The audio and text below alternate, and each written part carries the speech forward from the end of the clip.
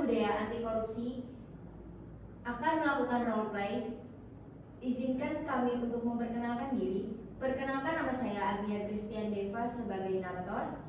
Saya Lasmi Dia Sangarwati sebagai leader. Saya Nesya Firtarasi sebagai co-leader. Saya Najwa Harunisa sebagai observer. Saya Sini Febriayu Puspitasi sebagai fasilitator. Saya Revalina Paritia Selantina sebagai demonstrasi. Saya Salsa Bianto Maita sebagai demonstrasi. Saya Ramadana Dwi Panca sebagai responden 1. Saya Galitri Wahyu Aji sebagai responden 2. Saya Muladi Wahyuninggia sebagai responden 3. Saya Raden Faras Putra sebagai responden 4.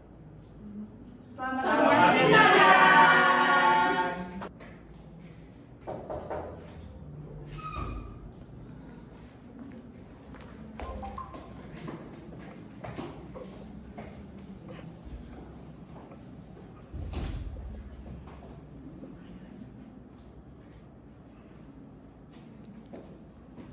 Selamat pagi, perkenalkan saya Ajeng sebagai narator.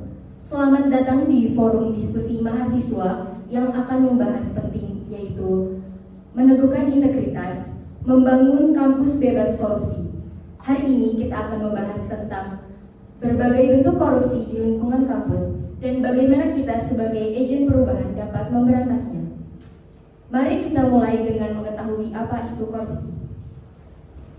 Saya persilakan kepada anggota BEM untuk memperkenalkan diri dan melanjutkan sesi diskusi. Assalamualaikum warahmatullahi wabarakatuh. Waalaikumsalam warahmatullahi wabarakatuh. Oke, jadi di sini kami selaku perwakilan dari BEM Organisasi Poltekkes Kemenkes Semarang. Saya Sekar. Saya Rani. Saya Manda. Dan saya Sinta. Oke, jadi kami di sini akan melakukan penyuluhan tentang membangun integritas kampus bebas korupsi. Nah, nanti kami juga akan melakukan sesi tanya jawab nih. Apakah teman-teman berkenan? Berkenan. Oke, saya mulai ya. Teman-teman semua yang saya banggakan, jadi korupsi itu tidak hanya berada di instansi besar atau pada skala pemerintahan, tapi ia juga berada dalam kehidupan sehari-hari atau dalam kehidupan kampus yang sekarang kita jalani. Nah, korupsi itu juga bukan hanya tentang uang, tapi mari kita pelajari lebih lanjut dan kita perluas pemahaman kita. Sebelum itu, aku mau tanya nih, teman-teman ada yang tahu nggak apa sih itu korupsi? Saya Kak. Oke, boleh perkenalan dulu dan sebutkan jawabannya ya Mas. Baik, terima kasih Kak atas kesempatannya. Perkenalkan, nama saya Asep. Menurut saya, korupsi itu adalah penyalahgunaan kekuasaan dan jabatan untuk keuntungan pribadi. Biasanya bentuknya itu merupakan suap, menggelapkan uang, dan biasanya memanipulasi kebijakan untuk kepentingan tertentu Kak. Oke, beri aplaus untuk Mas Asep dong. Oke, jadi teman-teman, apa itu korupsi? Korupsi adalah tindakan penyalahgunaan kekuasaan atau jabatan publik tertentu untuk keuntungan pribadi atau kelompok yang merugikan negara dan masyarakat secara finansial dan moral.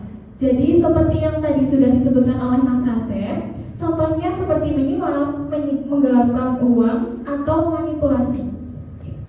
Benar sekali, jadi integritas itu fondasi utama untuk berbangsa dan bernegara, dan itu dimulai dari diri sendiri dan lingkungan terdekat kita, yaitu kampus ini. Praktik korupsi tidak hanya terbatas pada pemerintahan saja, namun bisa saja di lembaga publik dan sektor swasta. Oke, diskusi ini sangat penting dari sudut pandang akademis. Korupsi menghambat perkembangan intelektual dan menciptakan ketidakadilan. Mari kita telaah berbagai contoh konkret yang mungkin terjadi di sekitar kita, termasuk suap, penggelapan dalam jabatan, penyalahgunaan wewenang, serta gratifikasi penyuapan terhadap aparat hukum, markup anggaran, dan nepotisme serta kolusi.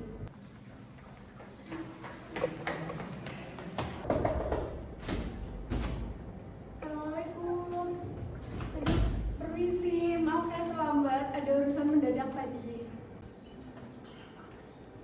Silahkan duduk Mbak, terima kasih sudah hadir. Maaf ya Kak. Namun perlu diingat ya Mbak, keterlambatan juga termasuk dalam korupsi waktu. Ketika kita terlambat menghadiri suatu acara yang sudah kita sepakati, namun secara tidak sadar kita juga merugikan orang lain yang sudah datang secara tepat waktu. Saya setuju dengan Kak Star. Meskipun hal ini terlihat sepele, tetapi tidak disiplin waktu juga dapat menular dan menunjukkan kurangnya rasa bertanggung jawab. Integritas juga ditunjukkan melalui hal-hal kecil seperti ini, Kak. Tapi, apakah keterlambatan itu selalu bisa dikatakan sebagai korupsi? Bisa saja keterlambatan ini memang benar-benar keterlambatan yang tidak bisa dihindari. Tentu ada pengecualian, namun apabila keterlambatan menjadi kebiasaan tanpa alasan yang jelas, itu dianggap menjadi pelanggaran etika dan kurangnya integritas. Interupsi Kak. Ya silakan. Saya ingin bertanya, jika kita mengerjakan tugas kuliah bersama-sama dengan teman dan sedikit mencontek, apakah perbuatan tersebut diperbolehkan? Dan apakah tindakan tersebut juga merupakan tindakan korupsi? Jadi begini, bekerja sama dalam diskusi itu penting. Namun apabila bekerja sama yang Anda maksud itu adalah mengambil karya orang lain dan bahkan menjiplaknya, itu adalah salah satu bentuk korupsi akademik yang merugikan ya. Baik Kak, terima kasih. Saya jadi tahu jika mencontek dan menjiplak karya orang lain itu merupakan tindakan korupsi. Terima kasih ya Kak atas penjelasannya. Plagiarisme adalah pelanggaran serius dalam dunia akademik. Ini mencerminkan ketidakmampuan untuk menghasilkan karya sendiri dan tidak menghargai hak intelektual orang lain.